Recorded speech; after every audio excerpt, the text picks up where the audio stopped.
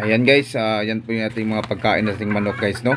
Oh, ayan po na guys, ito yung ating mga pagkain ng ating manok guys. So, ngayon guys, hindi man sa pinagmamayabang guys, no? Meron pa tayong natira guys, pero bumili po tayo ng ito. Oh, diba? Kita nyo guys, anong laman nyo guys? Oh, pagkain ng manok guys. So, yan po, yan atong pagkain dito guys sa ating lagang manok. So, yan po yung ano natin. Nabili kanina. So ganyan karami yung natin nabili guys. So, isang sakubag. Isang sakubag, tapos may dalawa tayong ano, yung nasa balot. Tapos meron pa din tayo dito guys. Meron din tayo dito. Yung pa isa.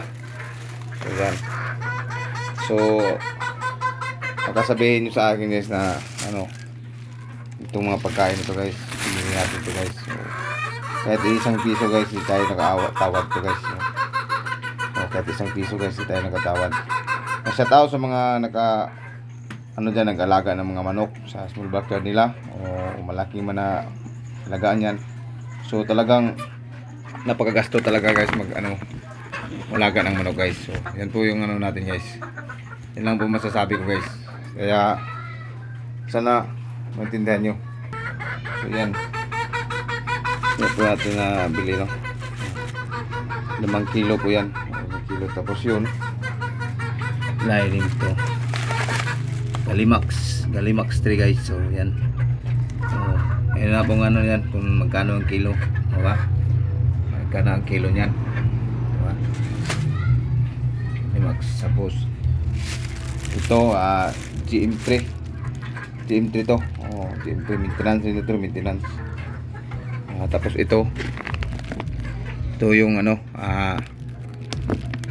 GM2 yan, di ba? Iba-iba yung pagkain natin ito guys. GM2, tsaka ito guys, Galimax to guys. So yan po yung mga pagkain ito guys. Tapos iba yung sa sisiw natin guys. G-old natin guys ito, Bibistag booster, Bibistag. Tapos yung ilang buwan guys, yan po yung dalawang buwan na natin na sisiw ito guys. Ito yung pinapakain natin guys. Hindi na sa mayabang guys, no? Talagang magasto talaga yung mag-alaga ng manok guys. Tapos madali lang yung hihingin.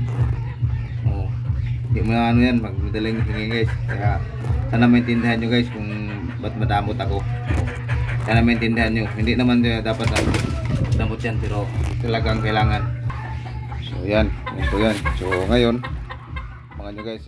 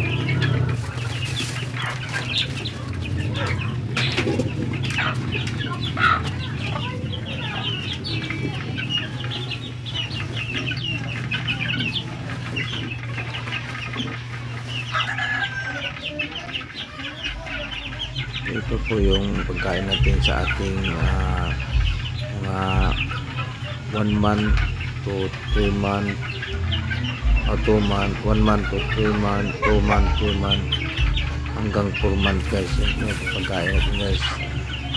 Ito rin, ito po yung ating pagkain sa 4 months to maintenance natin ito guys.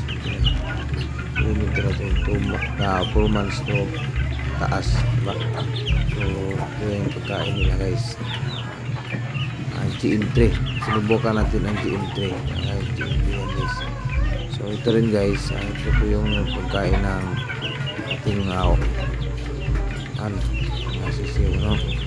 So ito rin ang ano guys, yung pula na balot guys. So ito yung pagkain natin sa ano guys, 1 month to 4 month pa rin guys, yung mga sisiw natin guys, yung mga maliit natin na sisiw guys. Yan po yung pagkain nila guys. So ito sa mga malalaki na guys, ito yung maintenance natin guys na pagkain. Ito po yung ating pinapakain sila tuwing nagugutom na sila guys.